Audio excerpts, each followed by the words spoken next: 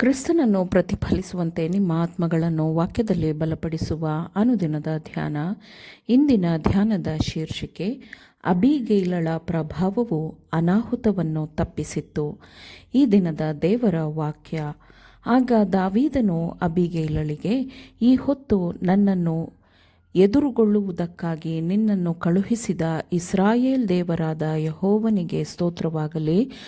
ಸ್ವಹಸ್ತದಿಂದ ಮುಯ್ಯಿ ತೀರಿಸಿ ರಕ್ತಾಪರಾಧಕ್ಕೆ ಗುರಿಯಾಗದಂತೆ ನನ್ನನ್ನು ತಡೆದ ನೀನು ನಿನ್ನ ಬುದ್ಧಿಯು ಸ್ತೋತ್ರಾರ್ಹವೇ ಸರಿ ಎಂದು ಹೇಳಿದನು. 1 ಸಮುವೇಲನು 25ನೆಯ ಅಧ್ಯಾಯ 32 ಮತ್ತು 33ನೆಯ ವಚನಗಳು. ಅಬೀಗೈಲಳ ಧರ್ಮನಿಷ್ಠೆಯು ಅವಳ ಮುಖ ಮತ್ತು ಕ್ರಿಯೆಗಳಲ್ಲಿ ಹೂವಿನ ಪರಿಮಳದಂತೆ ಅವಳಿಗರಿವಿಲ್ಲದೆಯೇ ಹೊರಹೊಮ್ಮಿತ್ತು. ದೇವರ ಮಗನ ಆತ್ಮವು ಅವಳ ಆತ್ಮದಲ್ಲಿ ನೆಲೆಸಿತ್ತು. ಅವಳ ಹೃದಯವು ಶುದ್ಧತೆ, ಸೌಮ್ಯತೆ ಮತ್ತು ಪರಿಶುದ್ಧವಾದ ಪ್ರೀತಿಯಿಂದ ತುಂಬಿತ್ತು. ಕೃಪೆಯಿಂದ ಕೂಡಿದ್ದ ಮಾತುಗಳು, ದಯೆ ಮತ್ತು ಸಮಾಧಾನ ತುಂಬಿದ್ದ ಮಾತುಗಳು ಪರಲೋಕದ ಪ್ರಭಾವವನ್ನು ಬೀರಿತ್ತು. ದಾವೀದನಲ್ಲಿ ಉತ್ತಮವಾದ ಅಂತಃಪ್ರೇರಣೆಯು ಉಂಟಾಯಿತು ಮತ್ತು ಅವನ ಆತುರದ ದುಡುಕಿನ ಉದ್ದೇಶದ ಪರಿಣಾಮಗಳು ಏನಾಗಿರಬಹುದಾಗಿತ್ತು ಎಂದು ಯೋಚಿಸಿದಾಗ ಅವನು ಭಯದಿಂದ ನಡುಗಿದನು. ಒಳ್ಳೆಯ ಆಶೀರ್ವಾದಪೂರ್ಣ ಸೇವೆಯಲ್ಲಿ ತೊಡಗಿದ್ದ ಅಬೀಗೈಲಳಂತಹ ದೇವ ಭಯಭಕ್ತಿಯುಳ್ಳ ಒಂದಕ್ಕಿಂತ ಹೆಚ್ಚು ಅಮೂಲ್ಯವಾದ ಮನುಷ್ಯರನ್ನೊಳಗೊಂಡ ಇಡೀ ಮನೆಯು ಕೊಲ್ಲಲ್ಪಡುತ್ತಿತ್ತು ಎಂದು ಅವನು ಯೋಚಿಸಿದನು. ಅವಳ ಮಾತುಗಳು ನೊಂದ ಜಜ್ಜಿಹೋದ ಹೃದಯವನ್ನು ಗುಣಪಡಿಸಿದವು. ಶಾಂತವಾದ ಮತ್ತು ಸುಸಂಬದ್ಧ ಬುದ್ಧಿವಂತಿಕೆಯ ಮಾತುಗಳಿಂದ ತುಂಬಿದ ಕಿರಿಕಿರಿ ಭಾವನೆಗಳನ್ನು ಶಮನಗೊಳಿಸುವ, ದುಡುಕಿನ ಪ್ರಚೋದನೆಗಳನ್ನು ತಡೆಯುವ ಮತ್ತು ದುಷ್ಟ ಕಾರ್ಯಗಳನ್ನು ನಿಗ್ರಹಿಸುವಂತಹ ಗುಣವಿರುವ ಮಹಿಳೆಯರು ಹೆಚ್ಚು ಮಂದಿ ಇದ್ದಿದ್ದರೆ ಎಷ್ಟು ಸರಿಯಿರುತ್ತಿತ್ತಲ್ಲವೇ? ಸಮಾಧಾನಪಡಿಸುವವರು ಧನ್ಯರು, ಅವರು ದೇವರ ಮಕ್ಕಳು ಅನ್ನಿಸಿಕೊಳ್ಳುವರು ಎಂದು ವಾಕ್ಯವು ಹೇಳುತ್ತದೆ. ಪರಿಶುದ್ಧವಾದ ಕ್ರೈಸ್ತೀಯ ಜೀವನವು ಯಾವಾಗಲೂ ಬೆಳಕನ್ನು, ಸಾಂತ್ವನವನ್ನು ಮತ್ತು ಸಮಾಧಾನವನ್ನು ಪಸರಿಸುತ್ತದೆ. ಅದೇ ಶುದ್ಧತೆಯಾಗಿರುತ್ತದೆ, ಚತುರತೆಯಾಗಿರುತ್ತದೆ, ಸರಳತೆಯಾಗಿರುತ್ತದೆ ಮತ್ತು ಉಪಯುಕ್ತವಾಗಿರುತ್ತದೆ. ಅದು ಪ್ರಭಾವಗಳನ್ನು ಪರಿಶುದ್ಧಗೊಳಿಸುವ ನಿಸ್ವಾರ್ಥ ಪ್ರೀತಿಯಿಂದ ನಿಯಂತ್ರಿಸಲ್ಪಡುತ್ತದೆ. ಅದು ಕ್ರಿಸ್ತನಿಂದ ತುಂಬಿರುತ್ತದೆ. ಅದನ್ನು ಹೊಂದಿಕೊಂಡ ಮನುಷ್ಯನು ಹೋದ ಕಡೆಯೆಲ್ಲ ಅವನು ಬೆಳಕಿನ ಹಾದಿಯನ್ನು ಹಿಂದೆ ಬಿಡುತ್ತಾನೆ. ಅಬೀಗೈಲಳು ಜ್ಞಾನಯುಕ್ತವಾಗಿ ಖಂಡಿಸುವವಳು ಮತ್ತು ಬುದ್ಧಿವಂತಿಕೆಯಿಂದ ಸಮಾಲೋಚನೆ ಹೇಳುವವಳು ಆಗಿದ್ದಳು.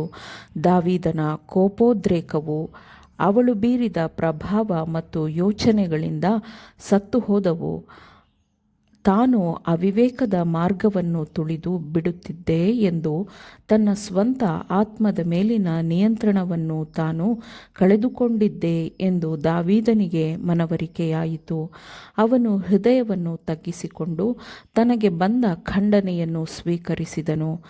ಅವಳು ಅವನಿಗೆ ನೀತಿಯ ಸಲಹೆಯನ್ನು ನೀಡಿದ ಕಾರಣ ಅವನು ಅವಳಿಗೆ ಕೃತಜ್ಞತೆಯನ್ನು, ಆಶೀರ್ವಾದದ ಮಾತುಗಳನ್ನು ಆಡಿದನು.